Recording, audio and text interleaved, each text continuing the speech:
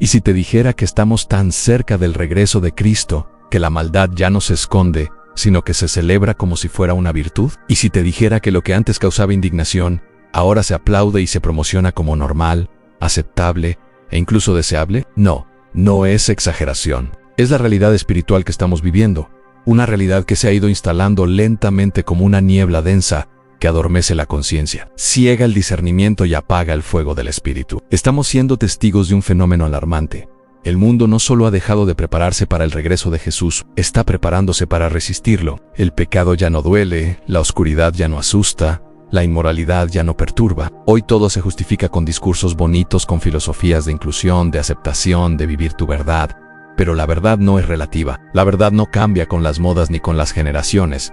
La verdad tiene nombre en Jesucristo. Y Él no vino a decirnos lo que queremos oír. Vino a decirnos lo que necesitamos para ser salvos. Pero ¿quién quiere escuchar eso hoy? ¿Quién quiere arrepentirse cuando todo el sistema te dice que no estás mal, que solo necesitas aceptarte tal como eres? Vivimos en una generación que ha reemplazado el arrepentimiento por la autoaceptación, la santidad por la tolerancia, la obediencia por la conveniencia. Las señales están frente a nuestros ojos, pero no todos quieren verlas. Jesús fue claro cuando habló con sus discípulos sobre el fin de los tiempos. Ellos le preguntaron cómo sería ese momento, y Él respondió con una advertencia poderosa: cuídense de que nadie los engañe. Antes del caos vendría el engaño.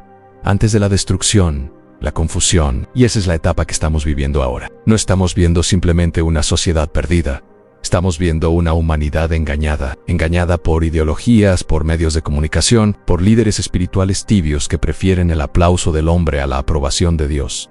Hay una ceguera colectiva que se disfraza de progreso. Nos dicen que todo está bien mientras los valores se derrumban. Nos prometen libertad mientras las cadenas del pecado se hacen más gruesas. Nos venden una espiritualidad sin cruz, una gracia sin arrepentimiento, una fe sin compromiso. Pero la fe verdadera cuesta. Seguir a Cristo implica morir al yo, negarse a uno mismo, tomar la cruz cada día. ¿Y quién está dispuesto a eso hoy? ¿Quién quiere morir a sus deseos cuando el mundo te grita que los persigas sin freno? No es un mensaje de miedo, no es una estrategia emocional para manipular conciencias. Este es un clamor desde el cielo, una advertencia cargada de amor. Porque el Dios que juzga, primero avisa. El Dios que castiga, primero llama. Y Él está llamando a su pueblo a despertar, a dejar de jugar con el pecado, a dejar de entretenerse con el mundo, a dejar de coquetear con la oscuridad como si fuera inofensiva.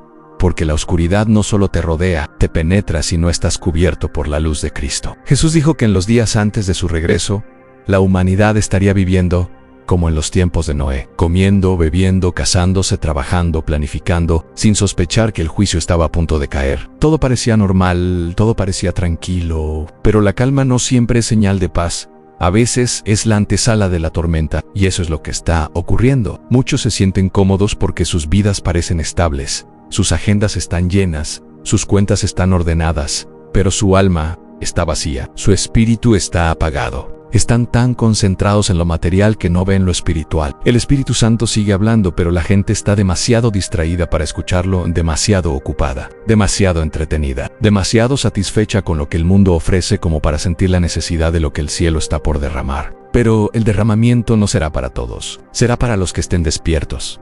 Para los que aún tienen oídos para oír, para los que no se han dejado contaminar por el letargo espiritual, para los que están velando y orando como nos mandó Jesús. ¿Y tú? ¿Estás velando o dormido? ¿Estás discerniendo o estás siguiendo la corriente? Porque la corriente de este mundo no te lleva al cielo, te arrastra al juicio. Y muchos ya están flotando en esa corriente sin darse cuenta. Porque la trampa más peligrosa del enemigo no es el ataque frontal, es la normalización del pecado. Es hacerte creer que todo está bien. Es hacer que bajes la guardia, que te relajes, que dejes de orar, que dejes de ayunar, que dejes de buscar. Y cuando menos lo esperas, estás frío, estás tibio, estás muerto espiritualmente aunque tu cuerpo se mueva, trabaje, publique y sonría. Jesús no vino a darnos una religión, vino a darnos vida, pero esa vida solo fluye cuando estamos conectados con Él. No basta con saber de Él, no basta con tener una Biblia en casa, no basta con ir a una iglesia los domingos. La salvación no es por costumbre, es por relación, y esa relación se cultiva cada día. Se alimenta con oración, con obediencia, con entrega, pero ¿quién está dispuesto a entregarse hoy? ¿Quién quiere vivir para Cristo cuando el sistema celebra a los que viven solo para sí mismos? El mundo se está preparando, pero no para recibir a Jesús. Se está preparando para resistirlo, para rechazarlo, para perseguir a los que todavía lo esperan. Y por eso es urgente que tú te prepares, que despiertes, que abras los ojos y el corazón. Porque cuando Cristo regrese, no vendrá como el cordero manso que murió en la cruz, vendrá como el león de Judá, vendrá con fuego, con justicia, con espada en mano. Y solo estarán listos los que vivieron, como si ese día fuera mañana. No bastará con decir yo creía, yo sabía, yo escuché. El que no se preparó, no podrá entrar. El enemigo quiere que pienses que todo está bien, que tienes tiempo, que puedes seguir como vas y después, en algún momento, te vas a entregar. Pero esa es la mentira que ha destruido a millones. El momento es ahora, dia is hoy. No hay garantía de mañana. El juicio de Dios no será un espectáculo. Será una realidad eterna y no habrá excusas. No habrá apelaciones. Solo habrá dos caminos en vida o condenación. ¿Estás listo para lo que viene? Porque mientras tú lees estas palabras, mientras este mensaje suena en tu pantalla, el cielo está moviéndose, ángeles están siendo enviados, trompetas están por sonar, el reloj profético no se detuvo, avanza, y cada minuto que pasa es una oportunidad menos, o una decisión más cerca del propósito eterno. L.H. Bean. No ignores esta advertencia. Dios no quiere asustarte, quiere salvarte, pero no puede salvar lo que no se entrega, y no puede transformar lo que no se rinde. Es tiempo de volver al altar, de volver a la intimidad, de buscar a Dios como si nuestra vida dependiera de ello.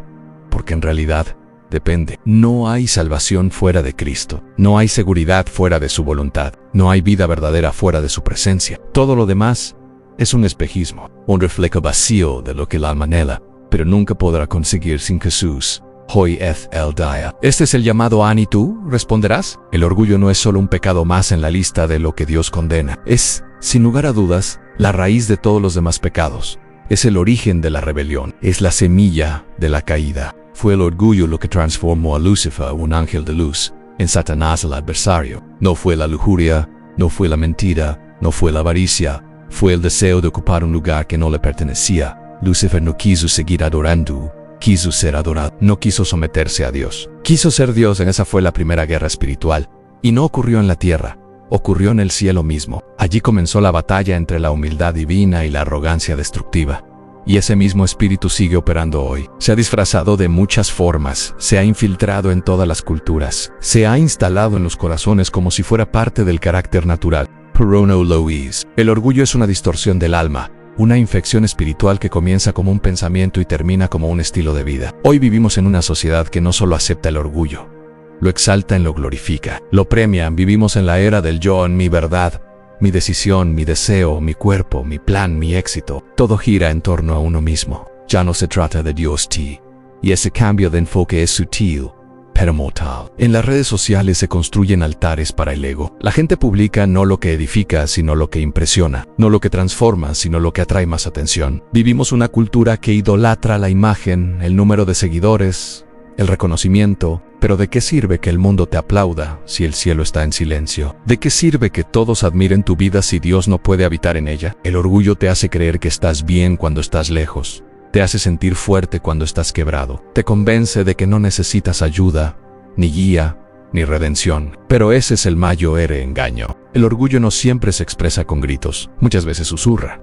Se disfraza de autosuficiencia, de espiritualidad independiente, de una fe sin iglesia, sin corrección, sin comunidad. Yo tengo mi relación con Dios, dicen algunos, como si eso justificara su aislamiento, su desobediencia, su rebeldía espiritual. Pero eso no es madurez, eso es orgullo, porque el humilde reconoce su necesidad constante de Dios y también de otros. El orgulloso en cambio se cierra.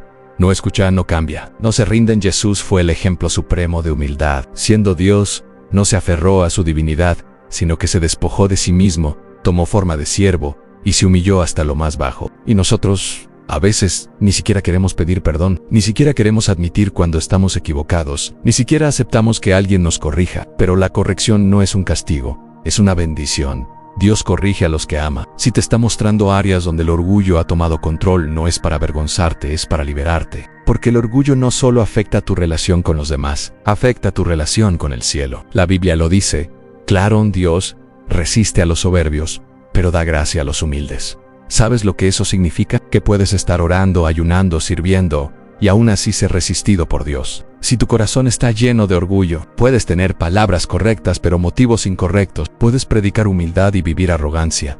El orgullo cierra los cielos, impide la gracia, rompe la comunión, pero lo más triste es que muchas veces ni siquiera lo notamos. Nos acostumbramos a vivir sin presencia, sin dirección, sin propósito eterno.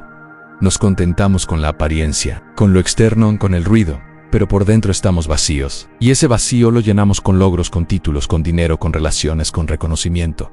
Pero nada de eso llena, porque el alma fue diseñada para adorar. No para Sierra. Cuando tú te colocas en el trono, desplazas al rey An, y lo más peligroso es que puedes hacerlo sin darte cuenta. Un corazón orgulloso puede estar en un altar predicando y aún así estar lejos de Dios. Recuerda Babelán, la humanidad unida para construir una torre que llegara al cielo. No necesitamos a Dios, podemos hacerlo solos. Esa era la mentalidad. Y hoy esa torre se está levantando de nuevo. Una torre moderna, sofisticada, tecnológica, científica, pero igual de rebelde. El mundo dice, podemos sanar sin Dios, gobernar sin Dios, educar sin Dios, progresar sin Dios. Pero ¿qué pasa cuando Dios desciende otra vez?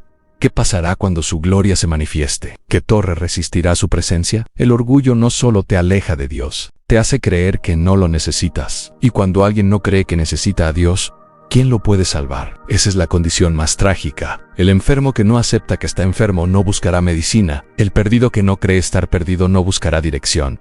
El orgulloso no solo está en peligro, está cegado por su propio reflejo. Y el espejo más letal es el del ego, porque mientras más te miras, menos ves a Cristo. La iglesia de hoy necesita urgentemente volver a la humildad, no a una falsa modestia, sino a una rendición total. Necesitamos líderes que lloren en secreto más de lo que gritan en público. Necesitamos cristianos que se arrodillen más que se exhiben. Necesitamos volver a la oración sincera, a la dependencia real, al quebranto genuino, porque el fuego no desciende sobre el altar del orgullo, desciende sobre el altar del sacrificio. Y el mayor sacrificio que Dios espera hoy es el de nuestro ego. Jesús dijo que todo el que se enaltece será humillado, y todo el que se humilla será enaltecido. No es una opción, es una ley espiritual. El que se exalta será abatido. Y muchos hoy están en posiciones de influencia, de liderazgo, de fama, pero su caída está en camino, porque lo que se construye sobre el orgullo, tarde o temprano será derribado. Dios no comparte su gloria,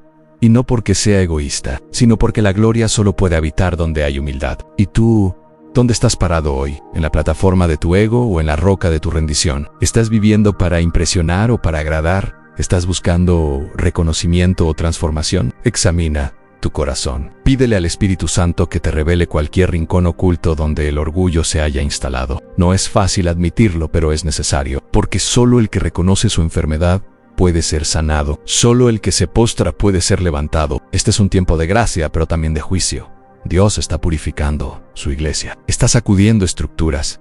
Está removiendo todo lo que no lleva fruto. Y uno de los primeros ídolos que deben caer es el del yo. Porque mientras tú seas el centro, Cristo no lo será. Mientras tus planes estén por encima de los de Dios, su voluntad no se manifestará. El cielo busca rendidos, no perfectos, humildes, no celebridades espirituales. Hoy es el día de rendirlo todo, de entregarle a Dios incluso esa parte que ocultamos bajo capas de religiosidad. Porque el orgullo puede esconderse detrás del servicio, detrás de la predicación, detrás de la adoración.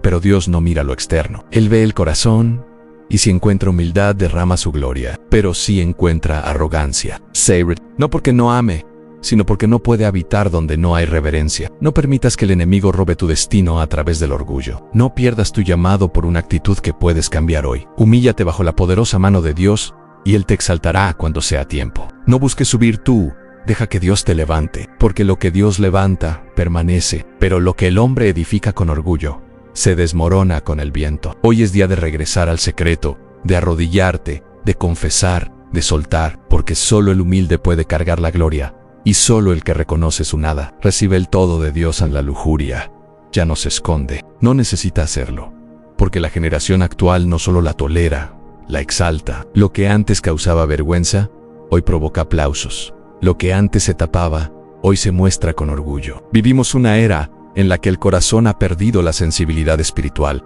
y eso no ha ocurrido de la noche a la mañana. Ha sido un proceso lento, estratégico, demoníaco. Una generación tras otra ha sido entrenada para ver lo impuro como arte, lo deshonesto como libertad, lo sensual como empoderamiento. Pero detrás de esa supuesta liberación se esconde una esclavitud devastadora, a la esclavitud del alma, a los deseos desenfrenados. La lujuria no se limita a un acto físico, es una condición del corazón. Es un hambre incontrolable por lo que es prohibido, una obsesión por lo inmediato, una distorsión de lo que Dios creó como santo, porque Dios sí creó el deseo, Él diseñó la sexualidad, fue su idea, pero también la colocó dentro de un marco de honra, de pacto, de santidad. Lo que el enemigo ha hecho es arrancar ese regalo del altar y colocarlo en el escenario del espectáculo. Y ahora, lo que era privado, íntimo, hermoso dentro del matrimonio, se ha vuelto público, trivial y hasta grotesco. Ya no se busca relaciones rápidas sin compromiso, cuerpos vacíos, corazones rotos. El deseo reemplazó al propósito. El placer desplazó a la pureza. La cultura grita, haz lo que sientas, pero no te dice que lo que sientes puede destruirte. Te anima a explorar, a probar, a cruzar límites, pero no te cuenta las consecuencias.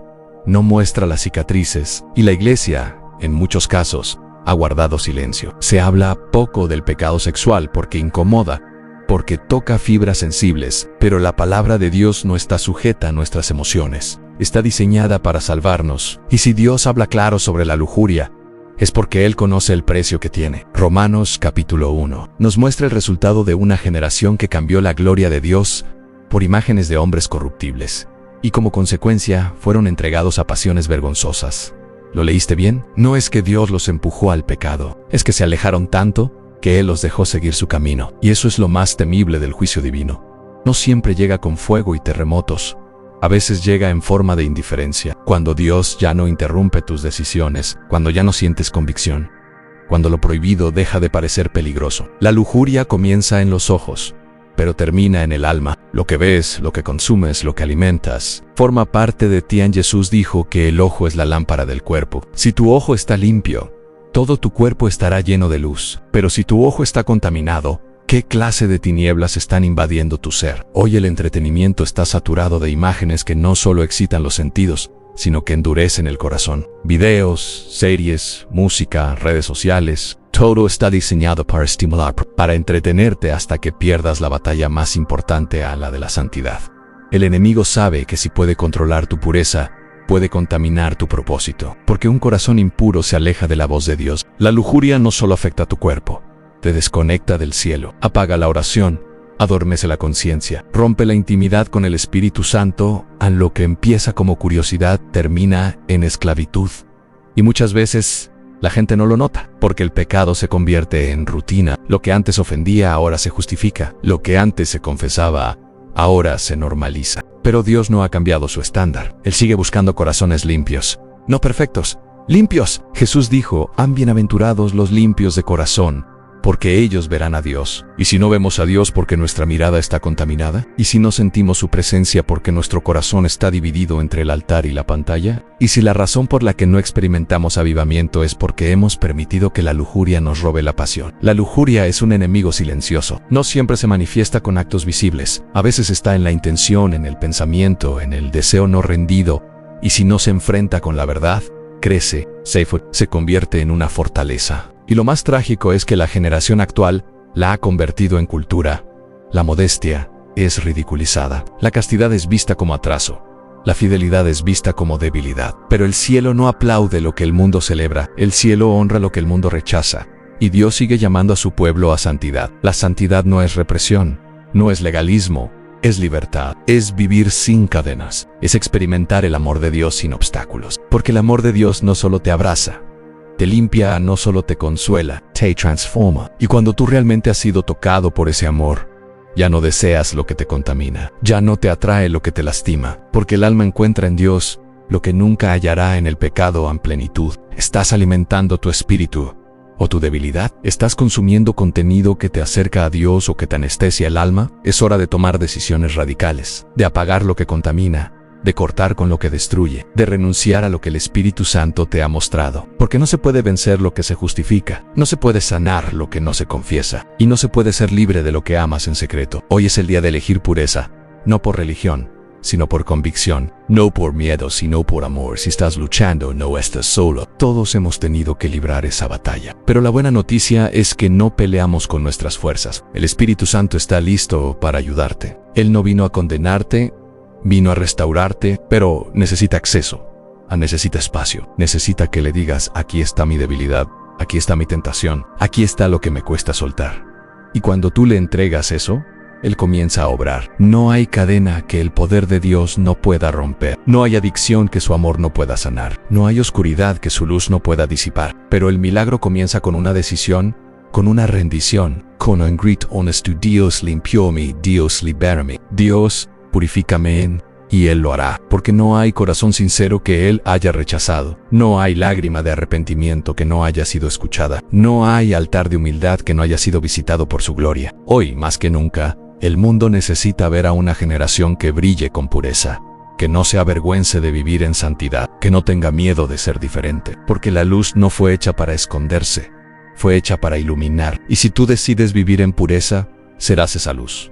Aunque se burlen, aunque no entiendan, aunque te digan anticuado, vale la pena, porque lo que Dios tiene para ti es mucho más grande que cualquier placer temporal. La lujuria promete satisfacción, pero entrega vacío.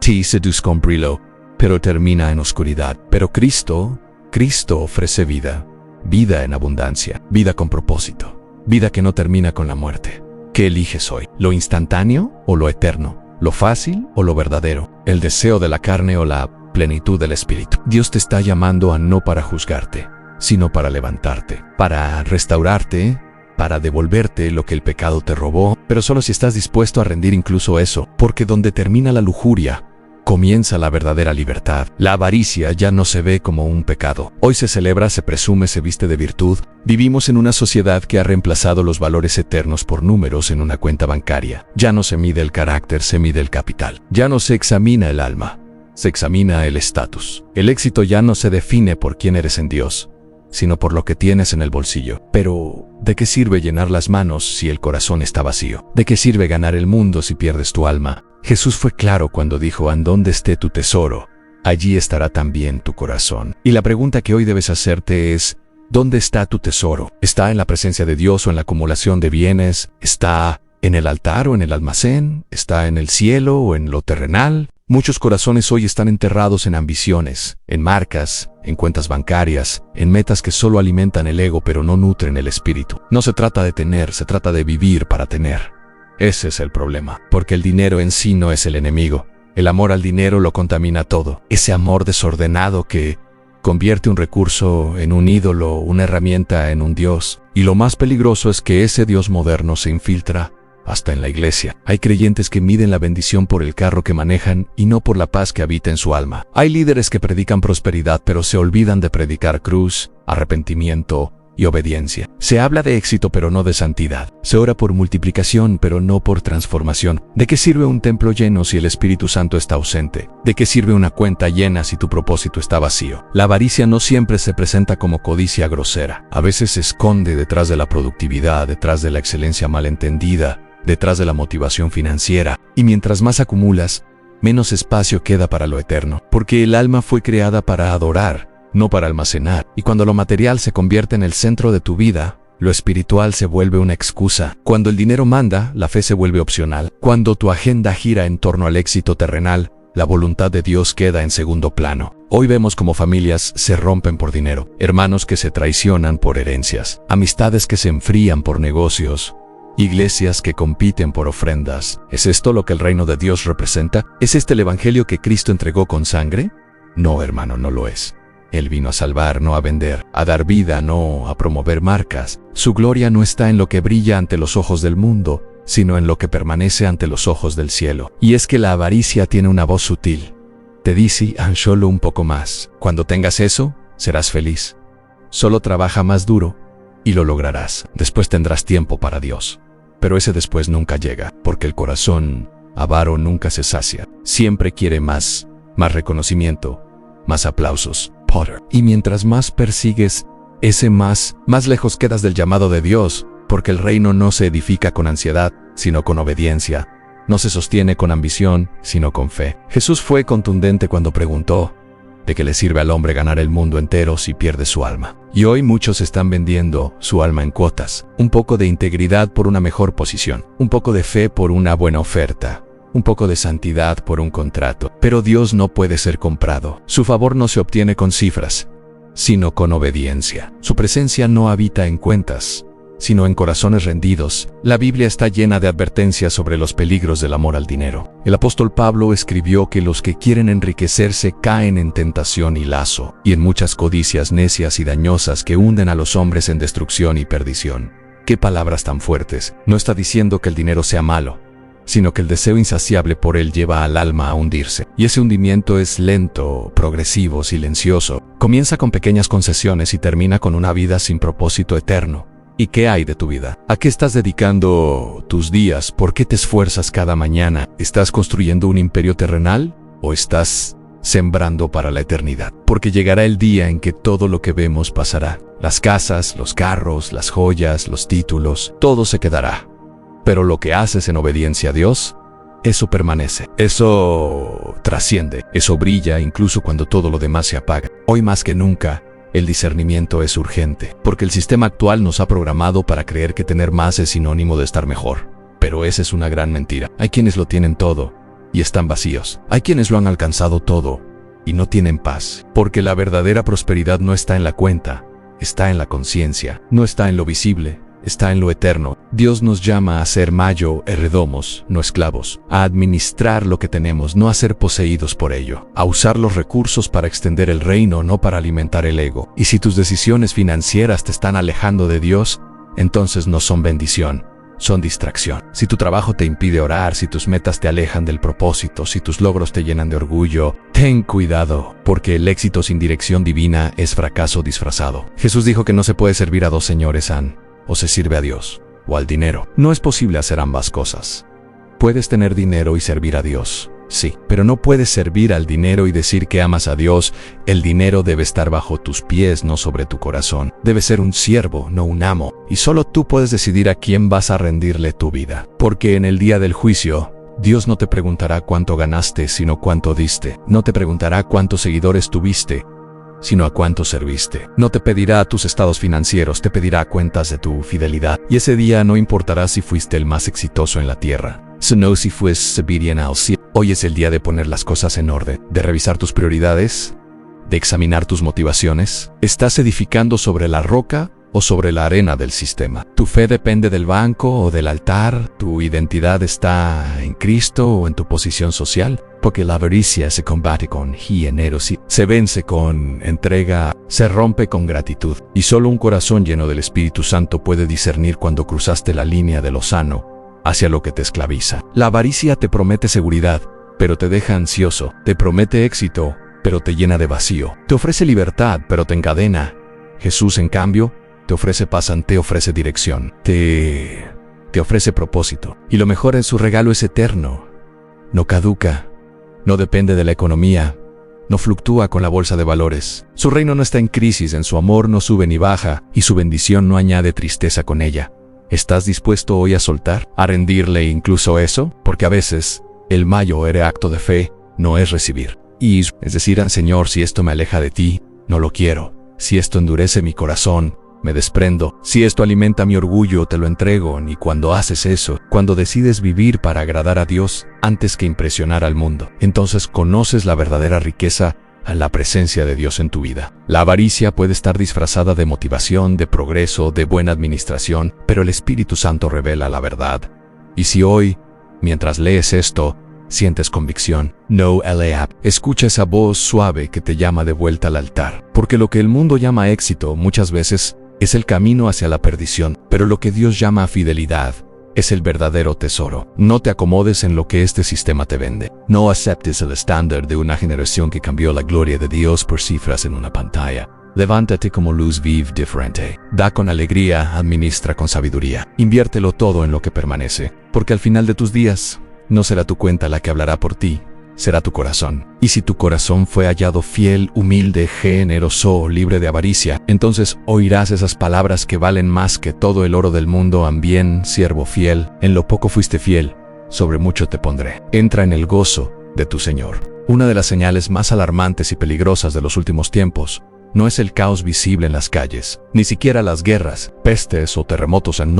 Una de las señales más sutiles pero letales es esta: la mentira será aceptada como verdad y la verdad será tratada como odio. Ya lo estamos viendo, está delante de nuestros ojos. Está en las noticias, en las redes, en los púlpitos, en las aulas, en los hogares, y lo más desgarrador es que no solo el mundo ha caído en esta confusión, también muchos dentro del pueblo de Dios han sido arrastrados por esta gran corriente. La palabra de Dios fue clara y precisa. El apóstol Pablo, inspirado por el Espíritu Santo, profetizó: llegará el tiempo en que no soportarán la sana doctrina, sino que, teniendo comezón de oír, se amontonarán maestros conforme a sus propios deseos, y apartarán de la verdad el oído, y se volverán a las fábulas. Ese tiempo ya llegó. Ya no se tolera la verdad, ya no se abraza la corrección. Ahora se busca lo que suena bonito, lo que no incomoda, lo que acaricia el ego y no confronta el pecado. Vivimos en una cultura que prefiere una mentira cómoda antes que una verdad incómoda, que se molesta con quien dice lo correcto y aplaude al que suaviza el mensaje. Pero la verdad no necesita ser adornada. La verdad no busca ser popular. La verdad no se adapta a las emociones. La verdad es eterna, es absoluta, y sobre todo, es de Dios. Jesús mismo dijo: yo soy el camino, la verdad y la vida. Nadie viene al Padre sino por mí. Negar la verdad, entonces, no es solo rechazar una idea, es rechazar a Cristo. Hoy vemos cómo se reescriben principios, cómo se maquillan valores, cómo se manipulan noticias. Lo bueno es llamado malo, y lo malo es exaltado. La oscuridad se presenta como luz, y la luz es ridiculizada como intolerancia, pero Dios no cambia. Su palabra no cambia. Él no se somete a la agenda del mundo ni a las emociones de esta generación. Lo que era pecado hace 1000 años sigue siendo pecado hoy, y lo que fue verdad ayer sigue siendo verdad por la eternidad. El problema no es solo externo. El peligro real está cuando la mentira entra al corazón del creyente, cuando el pueblo de Dios ya no discierne, cuando se acepta cualquier enseñanza sin probarla a la luz de la Escritura, cuando se aplaude al predicador por su carisma sin examinar su doctrina. Hoy se predican evangelios sin cruz, sin arrepentimiento, sin obediencia. Se ofrecen cielos sin santidad, promesas sin proceso, milagros sin transformación, y la gente los ama, porque suena bien, porque no exige cambio, porque no confronta. Pero el verdadero evangelio no es una fábula motivacional, es poder de Dios para salvación. Y el poder de Dios no solo sana, también quebranta, no solo libra. La mentira no siempre se presenta con cuernos y tridente. A veces se disfraza de tolerancia, de progreso, de amor inclusivo. Pero no todo lo que suena bien viene de Dios. El enemigo no necesita gritarte al oído para engañarte. Basta con que te acostumbres a escuchar su voz en voz baja. Él sabe que una verdad distorsionada es más peligrosa que una mentira abierta. Por eso hoy tantos viven confundidos, no por falta de Biblia, sino por falta de discernimiento. La verdad incomoda, sí, pero también libera. Jesús dijo: conoceréis la verdad, y la verdad os hará libres. Pero ¿cómo ser libres si ya no reconocemos la mentira? ¿Cómo despertar si hemos abrazado el engaño como parte de nuestra fe? El Espíritu Santo no se adapta a la cultura, Él transforma la cultura. Él no negocia principios, Él establece convicciones. Y cuando la verdad entra, el alma es sacudida, los ídolos caen, el pecado es expuesto, pero también el amor de Dios se manifiesta. Porque no se trata de un mensaje de condenación. La verdad no vino para aplastarte, vino para levantarte, para salvarte, para mostrarte el camino verdadero, para abrirte los ojos y hacerte libre. Pero hay que estar dispuesto a soltar la mentira, a dejar de justificar lo injustificable, a llamar pecado al pecado, a volver a la palabra como única fuente de autoridad. En redes sociales la verdad se mide por popularidad, en la cultura, pero la fe no se construye sobre sensaciones, se sostiene en convicciones. Y cuando la mentira entra al corazón, contamina la fe, debilita la esperanza y anula la salvación. Estás en guerra. Guerra espiritual. Guerra por tu mente, por tu alma, por tu eternidad. Y si no estás atento, puedes estar caminando hacia el juicio mientras crees que vas rumbo al cielo. Los falsos maestros ya no gritan desde los púlpitos, susurran desde pantallas. Sus voces son suaves, seductoras, persuasivas, pero el fruto que producen no es santidad, es confusión, no es adoración, es idolatría del yo, no es obediencia, es rebeldía encubierta. Hoy se predica mucho: Dios quiere darte, pero poco Dios quiere transformarte. Se exalta la bendición, pero se oculta el proceso. Se ofrece éxito, pero se omite la cruz. Y lo más alarmante, muchos han cambiado a Dios por un sistema religioso que solo entretiene, que no convierte, un sistema que mantiene a la gente ocupada, emocionada, motivada, puro no salva, porque la salvación no es emoción, es regeneración moral, es rendirlo todo, es vivir conforme a la verdad, aunque duela. La mentira tiene poder solo cuando la verdad está ausente, y tú fuiste llamado a ser portador de la verdad, no para agradar al mundo, sino para agradar a Dios, y no para ser popular, sino para ser fiel, no para encajar, sino para iluminar. Y si eso te cuesta críticas, burlas o rechazo, gloria a Dios, porque eso significa que estás siguiendo las pisadas del Maestro. Él también fue rechazado por decir la verdad. Fue odiado, escupido, crucificado, no por hacer milagros, sino por exponer el pecado.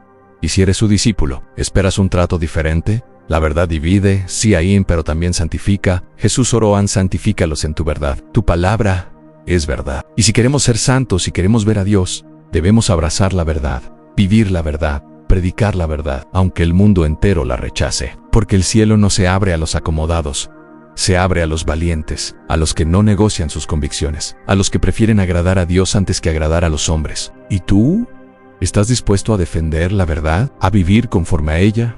¿A rechazar el engaño aunque te duela? Porque el precio de seguir a Cristo no es solo levantar las manos en un culto, es vivir una vida rendida a su palabra. Y en un mundo lleno de engaños, el que se mantiene en la verdad brilla con una luz que no puede ser apagada. No todos soportarán este mensaje, no todos querrán escucharlo, pero para aquellos que aún tienen oídos para oír, el Espíritu Santo está hablando, está despertando, está sacudiendo. Y si hoy sientes esa sacudida, no la ignores. Es Dios llamándote de vuelta a lo verdadero, a lo puro, a lo eterno. Ya no hay tiempo para ambigüedades, ya no hay espacio para vivir a medias. O caminas en la verdad, o vives en el engaño, o no hay punto medio, no hay terreno neutral. Y si decides por la verdad, prepárate, porque vendrá oposición, pero también vendrá respaldo del cielo, porque los que caminan en la verdad, caminan con Dios.